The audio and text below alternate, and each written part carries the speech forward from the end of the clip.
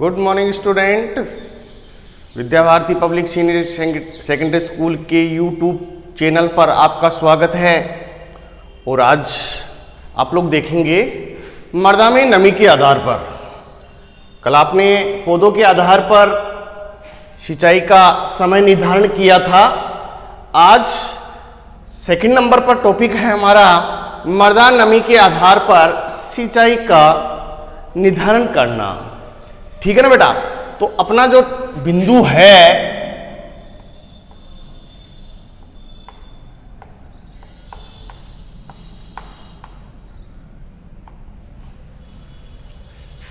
मृदा में नमी के आधार पर, मृदा में नमी के आधार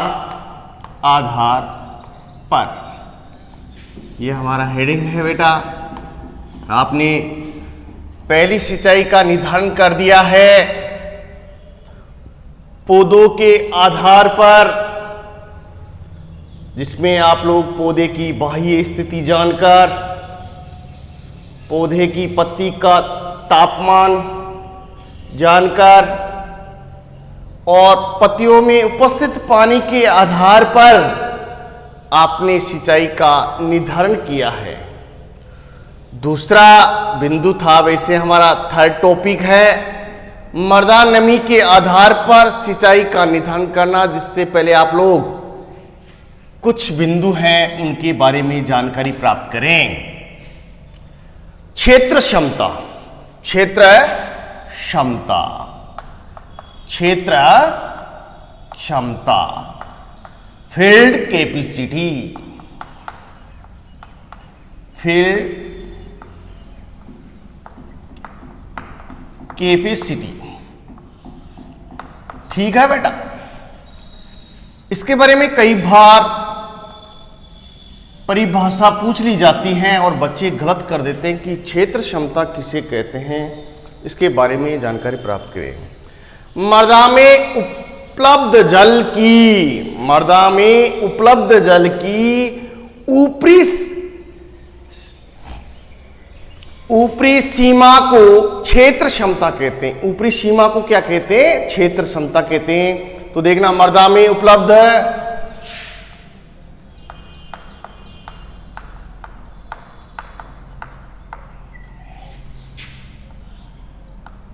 मृदा में उपलब्ध जल की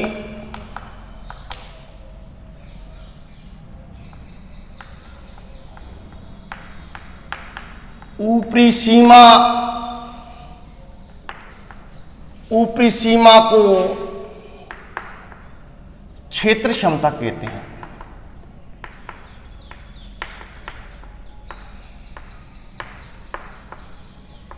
ये देखिए बेटा,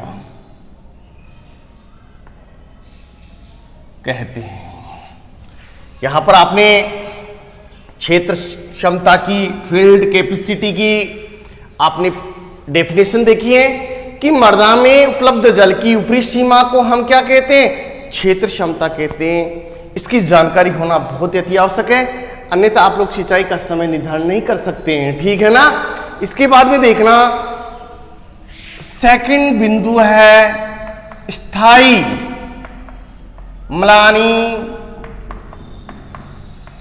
बिंदु। ये देखिए बेटा, हमारा जो चैप्टर चल रहा है यूनिट थर्ड, 2 अंक की है। इसके बारे में आपने जैसे इरिगेशन के ऑब्जेक्ट देखे हैं, उसके बाद में सिंचाई कब करें, इसके बारे में आप लोग जानकारी प्राप्त कर रहे हैं। उसमें सेकंड बिंदु है मृदा में नमी के आधार पर। तो यहां पर देखना, क्षेत्र क्षमता के बारे में अध्ययन करेंगे। उसके बाद में स्थायी म्लानी बिंदु के बारे में जानकारी प्राप्त करेंगे। तो स्थायी म्लानी बिंदु किसे कहते हैं? मृदा में उपलब्ध जल की, मृदा में उपलब्ध जल की निचली, उपलब्ध जल की निचली सीमा को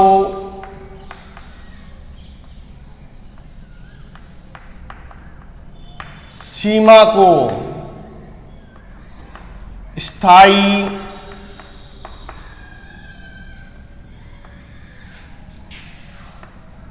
मलानी बिंदु कहते हैं। ठीक है बेटा, ये देखिए आप, क्योंकि ये छोटी छोटी परिभाषाएं आप लोग गलत कर देते हैं, तो इसके बारे में जानकारी प्राप्त करेंगे।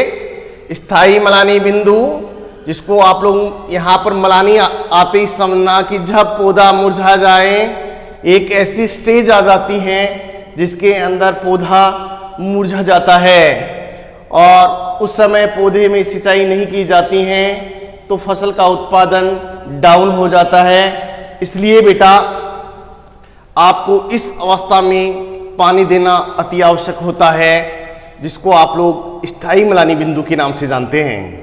स्थायी मलानी बिंदु ये एक ऐसी बिंदु है, ये ऐसी स्टेज पर आ जाता है पौधा जो पानी देने पर भी पुनः हरा नहीं बन पाता है। अस्थायी मलानी, जिसको पानी देते ही पौधा वापस अपनी क्रियाएं सुचारू करने लग जाता है। तो स्थायी मलानी बिंदु की परिभाषा यहां बताइए। मृदा में उपलब्ध जल की निचली सीमा को स्थायी मलानी बिंदु कहते हैं। इसके बाद में अगला यहां पर बिंदु है प्राप्य जल। प्राप्य जल, प्राप्त होने वाला जल यहां पर देखना, उपलब्ध जल, प्राप्य जल, इसकी परिभाषा देखना। क्षेत्र क्षमता तथा स्थायी मलानी बिंदु, क्षेत्र क्षमता तथा स्थायी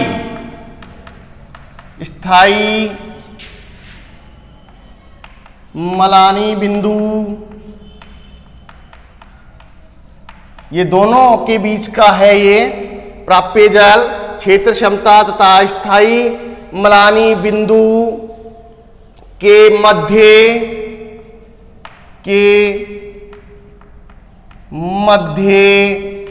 उपलब्ध मध्य उपस्थित, उपलब्ध नहीं, उपस्थिति मध्य उपस्थित जल को प्राप्य जल कहते हैं। ये देखिए आप, छोटी परिभाषा है, तीनों की छोटी परिभाषा है। फील्ड कैपेसिटी, जिसको आप लोग क्षेत्र क्षमता के नाम से जानते हैं, तो यहाँ पर क्षेत्र क्षमता की परिभाषा दी है। मृदा में उपलब्ध जल की ऊपरी सीमा को क्षेत्र क्षमता कहते हैं। दूसरा है स्थायी मलानी बिंदु, मृदा में उपलब्ध जल की निचली सीमा को स्थायी मलानी बिंदु कहते हैं। तीसरा बिंदु है प्राप्य जल, क्षेत्र क्षमता तथा मलानी बिंदु के मध्य उपस्थित जल को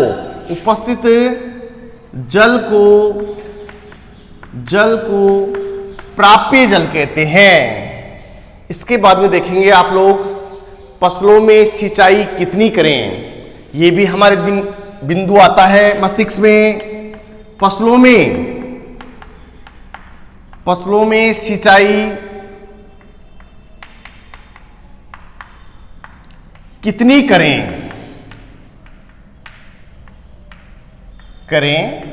ये भी एक निर्धारण करना होता है कि फसलों में सिंचाई निर्धारण कैसे करें, कितनी करें। एक बिंदु आता है, तो यहां पर आपके सिलेबस में दे रखा है फसलों में सिंचाई कितनी करें, फसलों में सिंचाई कितनी करें। यहां पर देखिए, इसकी इंग्लिश बनती है हाउ मच टू इरिगेशन। यहां पर देखना हाउ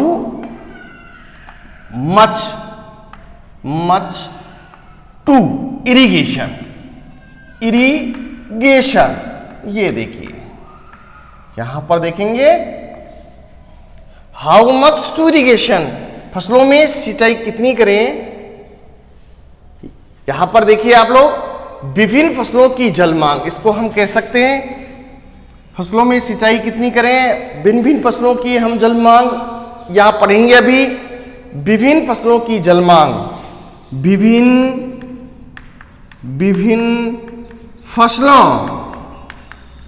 फसलों की जल मांग। जिस प्रकार से आपने कल विभिन्न फसलों की सिंचाई की क्रांतिक अवस्था देखी, उसी प्रकार से आप लोग विभिन्न फसलों की जल मांग देखेंगे। जैसे यहाँ पर मैं फसल का नाम बताऊंगा, फसल कौन सी है और उसकी जल मांग देखेंगे। जल मांग कि कौन सी फसल की कितनी जल मांग होती है। यहाँ पर सीरियल नंबर है, ये देखिए बेटा सीरियल नंबर यहाँ पर जिस प्रकार से पहला है, यहाँ पर पहला दे रखा है गेहूं है, यहाँ पर देखना गेहूं, उसके बाद में धान, ठीक है, धान के बाद में देखना गन्ना। ये कई बार जेट में प्रश्न उठते हैं बेटा, इसमें ये ध्यान रखना, कई बार जेट में प्रश्न उठ जाते हैं और आप लोग गलत कर देते हैं कि फसलों की जल मांग के बारे में एक आधा क्वेश्चन जेट के अंदर फंसता ही है। और जेट वाले बच्चे विशेष ध्यान देवे इस बिंदु पर कि गेहूं की फसल को कितने पानी की आवश्यकता होती है, या गेहूं की फसल की जल मांग लिखिए, एमएम में बताना, मिलीमीटर में बताना है, ठीक है ना। इसके बाद में चौथी फसल है आलू, क्या है, आलू है। और पांचवी फसल आलू के बाद में है मूंगफली।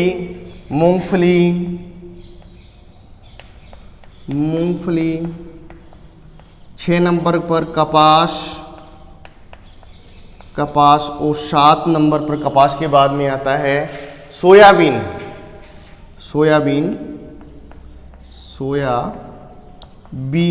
और 8 नंबर पर है मक्का, ठीक है बेटा, मक्का। कल आपने इनकी क्रांतिक अवस्था देखी थी, आज इन फसलों की आप लोग जल मांग देख रहे हैं, ठीक है ना। मैं बोल रहा हूं, आप लोग देखना। गेहूं पहले नंबर पर गेहूं है, जिसको वीट कहते हैं। आपने इनके बारे में अध्ययन कर लिया है, इन फसल के बारे में। गेहूं, धान, गन्ना, आलू, मूंगफली, कपास, सोयाबीन और मक्का, ये आपके सिलेबस में दे रखा है और इनकी ही जल मांग पूछ रहा है। और इनकी क्या पूछा है, वो क्रांतिक अवस्था, ठीक है ना।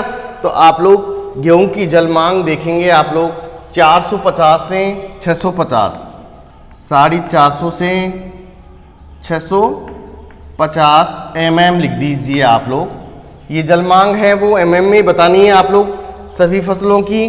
और धान की फसल को 900 से 2500 mm जल की आवश्यकता होती है, 900 से 2500 mm की आवश्यकता होती है, ठीक है ना। ये देखिए आप लोग। और गन्ने की फसल को कितना, 1500 से 2500, 1500 से 2500 mm जल की आवश्यकता होती है। और आलू को 500 से 700, 500 से 700 mm। ये बेटा देखना आपकी जेट का वेरी मोस्ट इंपॉर्टेंट है, एक बार आप लोग उतार लेना इसको और जेट वाले बच्चों को बताना आप लोग। मूंगफली में देखना आप लोग 500 से 700 mm, 500 से 700 mm। और कपास में देखना बेटा 700 से 1300 mm, 700 से 1300 mm, ठीक है। और सोयाबीन के अंदर आप लोग 450 से 700, 450 से 700 mm, ठीक है ना। और मक्का के अंदर 500 से 800 mm आप लोग सिंचाई करें। कितना, 500 से 800 mm, ठीक है ना। तो ये आप लोग ध्यान रखना, देखना मैं लिख देता हूं आप लोग 500 से 800 mm, ये देखिए बेटा, हर फसल की आपके सामने ये जलमांग मैंने बताई है, इसके बारे में मैं दोबारा से बोल रहा हूँ, इसको देखना आप लोग। जैसे यहाँ पहले नंबर पर दे रखा है गेहूं दे रखा है, ठीक है। गेहूं की फसल को जलमांग कितनी आवश्यकता होती है? 450 से 650 mm। और धान की फसल को कितना? 900 से 2500 mm। और गन्ने की फसल को 1500 से 2500 mm। और आलू की फसल को है 500 से 700 mm। मूंगफली जिसको ग्राउंडनट बोलते हैं आप लोग, 500 से 700 mm। और कपास को कितना बेटा? 700 से 1300 mm। और सोयाबीन को 450 से 700 mm। और मक्का को 500 से 800 mm जल की आवश्यकता होती है। ये फसल की जलमांग कहलाती हैं, ये ध्यान रखना। ये जलमांग आपको पहले भी 11वीं में बता रखा है कि जलमांग किसे कहते हैं कि फसल की भूमि की तैयारी से लेकर, आप लोग इसकी परिभाषा ऐसे दे सकते हैं कि भूमि की तैयारी से लेकर, ठीक है ना, कटाई तक जितने पानी की आवश्यकता होती है वो फसल की जलमांग कहलाती है। उसमें चाहे पानी रास्ते में कितना बेकार हो रहा है, पौधा कितना ग्रहण कर रहा है, वो सभी क्या कहलाती है? फसल की जलमांग कहलाती है। भूमि की तैयारी से लेकर कटाई तक जितने पानी की आवश्यकता होती है वो फसल की जलमांग कहलाती है, ये ध्यान रखना। इसके बाद में हमारा जो अगला बिंदु है वो है सिंचाई की विधियां, इरिगेशन ऑफ मेथड।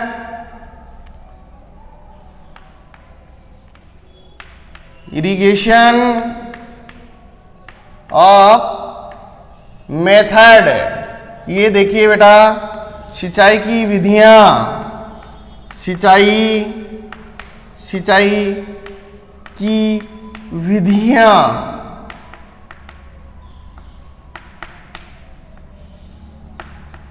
ये देखिए आप लोग, इरिगेशन ऑफ मेथड, सिंचाई की विधियां। आपने ये थर्ड टॉपिक है, उसकी जानकारी प्राप्त कर लिए हैं। वैसे ये फसल में सिंचाई निर्धारण करने और निर्धारण करने का बिंदु है। जैसे दूसरा है मृदा में नमी के आधार पर, जिसमें हमने 3 बिंदु बताए हैं। इसके द्वारा हम सिंचाई का समय निर्धारण करेंगे। क्षेत्र क्षमता, स्थायी मलानी बिंदु और प्राप्य जल। इसके बाद में हमारा बिंदु था फसलों में सिंचाई कितनी करें, हाउ मच क्रॉप इरिगेशन, या आप लोग इसको इस बिंदु को ऐसे भी लिख सकते हैं, हाउ मच टू इरिगेशन, कितना पानी देवें और कैसे देवें। देखना फसलों में सिंचाई कितनी करें। विभिन्न फसलों की जलमांग जो मैंने आपको बताई है, इस आधार पर फसलों में पानी दें, ठीक है ना। जैसे गेहूं में कितना देना है, धान में कितना देना है, गन्ने में कितना देना है, ये आप लोगों को फैक्ट बता रखा है यहाँ पर। और ये एग्रीकल्चर सुपरवाइजर में और बोर्ड सिलेबस में पूछ लेता है, और जेट में भी ये प्रश्न पूछ लिया जाता है, और एग्रीकल्चर की जो AOW एग्जाम है इसमें भी ये प्रश्न पूछा हुआ है। ये ध्यान रखना आप लोग, इसको अपने मस्तिष्क में एक बार आप लोग, 2 बार आप लोग पढ़ेंगे तो ये बिंदु आपके दिमाग में फीडिंग हो जाएगा। तो यहाँ पर देखना, सिंचाई की विधियों में पहली विधि है, देखिए बेटा, आपने सबसे पहले सिंचाई की परिभाषा देखी, उसके बाद में उद्देश्य देखें। बहुत छोटा छोटा बिंदु है, इसको याद कर सकते हैं आप लोग। उद्देश्य के बाद में आपने क्या किया, सिंचाई का निर्धारण किया आपने।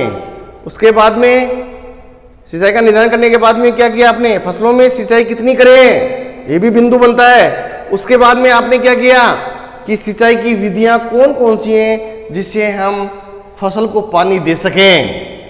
तो पहली विधि चौकेबार द्रोणी सिंचाई विधि है। चौकेबार द्रोणी सिंचाई विधि या क्यारी विधि कह सकते हैं, या अंग्रेजी में आप चिक बेसिन के नाम से जानते हैं। किसके नाम से?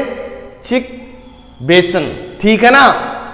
जिसको इस विधि को आप द्रोणी सिंचाई विधि भी कह सकते हैं। कई नाम से आप लोग बोर्ड पूछ लेता है, गलत कर देता है, लेकिन आपके यहाँ पहले ही बता रखा है क्या? चौकेबार द्रोणी सिंचाई विधि, या आप लोग इसको बहुत सारी किताबों में क्या दे रखा है? चौकेबार सिंचाई विधि, लेकिन आपके यहाँ साथ दे रखा है चौकेबार द्रोणी सिंचाई विधि, ठीक है ना, जिसको हम क्यारी विधि कह सकते हैं या चिक बेसिन के नाम से जानते हैं, ठीक है ना। इसके बाद में है दूसरी सिंचाई विधि है बॉर्डर पट्टी सिंचाई विधि, बॉर्डर पट्टी सिंचाई विधि। अब आप लोगों ने क्यारी विधि तो देख ही लिया कि क्यारी अपने खेत के अंदर छोटे छोटे भागों में बांट लेते हैं, हाँ, वर्गाकार में आयताकार भाग में हम क्यारी बना लेते हैं, जिसको हम क्या कहते हैं? चौकेबार द्रोणी सिंचाई विधि। इससे क्या होता है कि पानी समान रूप से खेत में लग जाता है, लेकिन समस्या क्या होती है इसमें कि खेत समतल होना अति आवश्यक है। अगर खेत समतल नहीं है तो संपूर्ण खेत में फसल को पानी नहीं मिल सकता है, ये बहुत बड़ी समस्या होती है। इसके बाद में देखना बेटा, आपने दो सिंचाई विधि चौकेबार द्रोणी सिंचाई विधि देखी है, जिसको हम क्यारी विधि कह सकते हैं या चिक बेसिन के नाम से जानते हैं। दूसरी क्या देखी हमने? बॉर्डर पट्टी सिंचाई विधि। तीसरी क्या है? बूंद बूंद सिंचाई। और चौथी क्या है? फव्वारा पद्धति के द्वारा सिंचाई करना। ये 4-5 सिंचाइयां हैं। आप लोग इसके बारे में संक्षेप में टिप्पणी बोर्ड पूछ लेता है और को आप पढ़ना और आप लोग गलत ना करें। सीधी सीधी विधियां हैं। अगर आप लोगों ने बिंदु भी याद कर लिया ना, और बिंदु याद करना है, एक बार आपके दिमाग में बैठ जाता है तो अपने आप ही वो प्रश्न सही हो जाता है। तो देखिए बेटा, यहां पर मैंने सिंचाई की विधि ली है चौकेबार द्रोणी सिंचाई विधि। चौकेबार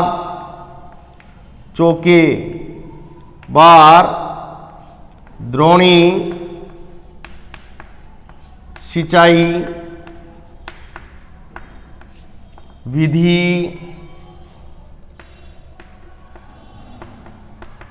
या क्यारी विधि। क्यारी विधि आप साधारण नाम से जानते हैं, क्यारी विधि, जिसको आप लोग क्या कह सकते हैं? यहाँ इंग्लिश ही बता देता हूँ, CHECK चिक बेसिन मेथड, METHOD मेथड, ठीक है ना। ये देखिए यहां पर आप लोग इरिगेशन मेथड कर दीजिए, इरिगेशन मेथड, ठीक है ना। यहां पर स्पेलिंग देख लीजिए, चिक बेसन इरिगेशन मेथड, ठीक है ना। इसको आप लोग चौकेबार द्रोणी सिंचाई या फिर कभी कभार क्या पूछ लेता है द्रोणी सिंचाई विधि, तब बच्चे क्या करते हैं? गड़बड़ कर देते हैं, इसको हटा लेते हैं और इसको सीधा बोर्ड ने पूछ लिया कि द्रोणी सिंचाई की विधि के बारे में संक्षेप में टिप्पणी की है, तो बच्चे क्या कहते हैं? ये तो चौकेबार थी, द्रोणी कैसे कर दिया? तो इसको द्रोणी सिंचाई विधि भी कहते हैं, ठीक है ना। चौकेबार द्रोणी सिंचाई विधि या क्यारी विधि, या इसको अंग्रेजी में चिक बेसिन के नाम से जानते हैं। देखिए बेटा, इसके बारे में 1-2 लाइन आपको बतानी है, तो मैं आपको यहां पर बता रहा हूं इसके बारे में कि चौकेबार द्रोणी सिंचाई विधि क्या होती है। ये विधि सिंचाई करने की, यह विधि सिंचाई करने की प्रचलित विधि है, ठीक है ना बेटा, प्रचलित विधि है। ये देखिए, और ये पहले पानी ज्यादा था, पानी की ज्यादा मात्रा थी, तो सभी किसान क्या करते थे? ये क्यारी विधि ही अपनाते थे, इसलिए क्या थी? प्रचलित थी। और आज भी बहुत सारे किसान इस विधि को अपनाते हैं। फव्वारा तो माइक्रो इरिगेशन है या स्प्रिंकलर सिस्टम है, ये तो आज आया है, ठीक है ना। ये विकसित पद्धति है, लेकिन पुराना जो है वो क्यारी विधि ही थी, ठीक है ना बेटा। ये एक ऐसी विधि है कि एक बार क्यारी के माध्यम से फसल को पानी दे दिया जाता था तो लंबे समय तक पानी की आवश्यकता नहीं थी, ठीक है ना। इससे क्या होता था कि पानी इतना बेकार नहीं होता था। आज जितना पानी आप वेस्टेज करें, बहुत सारी जैसे ऐसी ऐसी पद्धतियाँ ला ला के अपन वाष्पीकरण हो रहा है। जैसे फव्वारे में अब जितना पानी देते हैं, हालांकि बचत है और बूंद बूंद में भी बचत है, ठीक है ना, लेकिन वाष्पीकरण भी क्या है, ज़्यादा होता है, इसलिए पानी की खपत भी ज़्यादा होती है, ठीक है ना। तो यहाँ पर ये विधि थी, तो एक बार पानी दे देते तो लंबे समय तक पानी देने की आवश्यकता नहीं थी। तो यहाँ पर देखना, ये विधि सिंचाई करने की प्रचलित विधि है। इस विधि में खेत को समतल, इस विधि में खेत को समतल करके, खेत को समतल करके, ये क्या है, इस विधि में खेत को समतल करके छोटी छोटी क्यारियों को वर्गाकार या आयताकार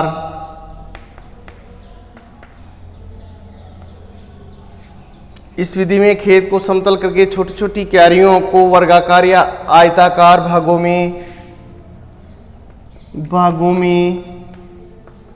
बांट लिया जाता है, बांट लिया जाता है, ठीक है ना बेटा। यहां पर देखना, बांट लिया जाता है। जैसे अपन क्यारियां बनाते आ रहे हैं उसी प्रकार से शर्त यही है कि खेत समतल होना चाहिए, पानी एक जगह नहीं भरना चाहिए, अन्यथा एक आर्द्रगलन समस्या आ जाती है और पौधा नष्ट हो जाता है, ठीक है ना। ये चीज ध्यान रखेंगे आप लोग। इसके बाद में देखना आप लोग, छोटी छोटी क्यारियों को वर्गाकार या आयताकार भागों में बांट लिया जाता है। इसको हम क्या कहते हैं, चौकेबार द्रोणी सिंचाई विधि या क्यारी विधि, ठीक है ना। जिस प्रकार से आप लोगों को मैं यहाँ चित्र बनाकर भी बता सकता हूँ। देखना, यहाँ खेत का बंटवारा कर लेते हैं बेटा। यहाँ पर देखना आप लोग, ये खेत का बंटवारा कर लिया आपने, ठीक है। ये देखिए आप, ये आयताकार में बांट लिया या वर्गाकार में आपने वर्गाकार बांट लिया। तो यहाँ पर देखना, ये इस प्रकार से ये पानी का जल के लिए आप लोग नालियाँ बना ली जाती हैं, ठीक है ना। यहाँ पर देखना, मैं ये पानी के लिए आप लोग बना लिया आपने, ठीक है। इस प्रकार से क्यारियों का बंटवारा कर देते हैं, ये देखिए आप लोग, ठीक है। इस प्रकार से क्यारियों का बंटवारा कर दिया। ये देखिए आप लोग, इस प्रकार से पानी देने के लिए मार्ग बना दिया जाता है। इसको कहेंगे हम, क्या कहेंगे, चिक बेसन, ठीक है, या द्रोणी चौकीबार विधि। ये देखिए आप लोग, और ये यहाँ पर इसकी बाउंड्री निकाल देते हैं, ठीक है। खेत की बाउंड्री होती है, वो बाउंड्री इस प्रकार से अपन इसको कहते हैं क्यारी सिंचाई विधि। ये पानी आने का मार्ग है और इस प्रकार से क्यारियों के अंदर पानी लग जाता है, ठीक है।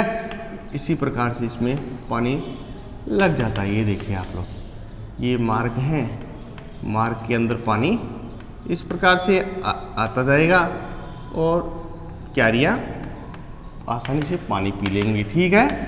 ये देखिए बेटा, इसको कहते हैं हम चिक्वेशन, जो सभी जानते हैं। भूमि समतल होनी चाहिए, शर्त यही है इसकी कि भूमि समतल होनी चाहिए। अब देखना बेटा, इस विधि का लाभ, किसकी, चौकेबार द्रोणी सिंचाई विधि के लाभ, ठीक है। तो ये देखना, लाभ देखिए आप लोग। पहला लाभ बता रहा हूं, सुनना। जहां आप प्लवन की समस्या हो, आप लोग मतलब पानी भरने की समस्या हो, वहां ये विधि सबसे अच्छी होती है। देखें, समतल भूमि पर अनियंत्रित, समतल भूमि पर अनियंत्रित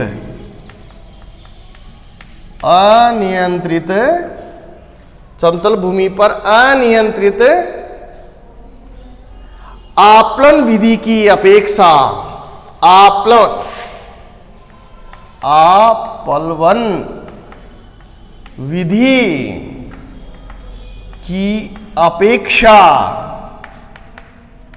क्या समतल भूमि पर अनियंत्रित आपलन विधि की अपेक्षा जब पानी कंट्रोल में नहीं होता है तो लंबी लंबी क्यारियां बना लेते हैं आयताकार वर्गाकार में, ठीक है, और पानी पीता रहता है, की अपेक्षा अधिक जल उपयोग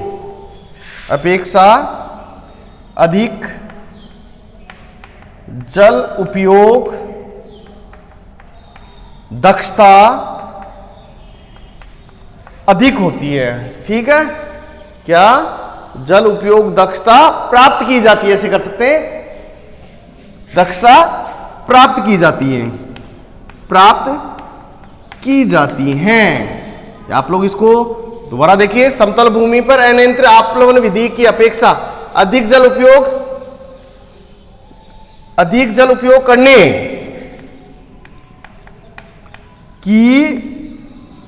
करने की दक्षता प्राप्त की जाती है इसके अंदर। दूसरा लाभ देखेंगे आप लोग, दूसरा क्या है, खेत में जल वितरण समान होता है। जो पानी देते हैं इस विधि के अंदर सबसे बड़ी अच्छा लाभ है कि इस विधि में जल का समान वितरण होता है। ऐसे नहीं कि कहीं ज्यादा हो गया कहीं कम हो गया, समान रूप से पानी लग जाता है और फसल का उत्पादन बहुत अच्छा होता है इस विधि से अपनाने से, ठीक है। तीसरा देखना, ये विधि सरल विधि है, ठीक है ना, और इसमें हानि है। लाभ देखना, लाभ आपने देखा है, इसके बाद में सीमाएं जिसको आप लोग हानि कहते हैं, हानि भी इससे होती है। क्या हानि होती है बेटा इसमें? एक तो क्या है, रोग लगने की संभावना हो जाती है, एक ये महंगी विधि है, ठीक है। जैसे आप लोगों को मैंने लाभ बताया कि ये सरल विधि है, हाँ, दूसरा लाभ मैंने क्या बता दिया कि ये सरल विधि है, ठीक है, सरल विधि। और ये इसी का उल्टा क्या हो गया, ये महंगी विधि में, क्योंकि इसमें मजदूरों की अधिक आवश्यकता होती है, ठीक है ना। और दूसरी हानि क्या हो गई कि जो हम ये नालियां बना रहे हैं, मेड बना रहे हैं, जिसको डोलियां बोलते हैं आप लोग, ये मेड की जो बहुत सारी भूमि का बड़ा भाग रुक जाता है, जिससे कर्षण क्रियाएं करने में कठिनाई आती हैं, और ये बहुत बड़ा भाग बुआई के काम में नहीं आता, ये बेकार हो जाता है। ये एक समस्या ही तो है, हानि तो है, ठीक है ना बेटा। और देखना बेटा, ये जहां पर ये होगी तो ये समस्या ही है, जैसे मशीनरी यंत्र आते हैं तो वो भी सही प्रकार से कार्य नहीं कर पाते हैं, ठीक है ना। तो ये हानि है इसके अंदर, तो आप लोग इसको अच्छी प्रकार से देखना बेटा। तो मैंने जितने भी यहाँ पर आप लोगों को याचिक बेसिन के बारे में दूसरी विधि है, बॉर्डर पट्टी सिंचाई विधि है, उसके बारे में हम कल बात करेंगे। तो इसलिए आप लोग ये जितने भी बिंदु मैंने बताया है, आप लोग इनको अच्छी प्रकार से समझना और अपनी कॉफी के अंदर उतारना, ठीक है ना बेटा। तो मैं आशा करता हूं कि आज का वीडियो है आपको समझ में आया होगा। इसके लिए आप लोग ज़्यादा से ज़्यादा लाइक करें, और आप चैनल पर नए हैं तो आप चैनल को सब्सक्राइब करें। धन्यवाद।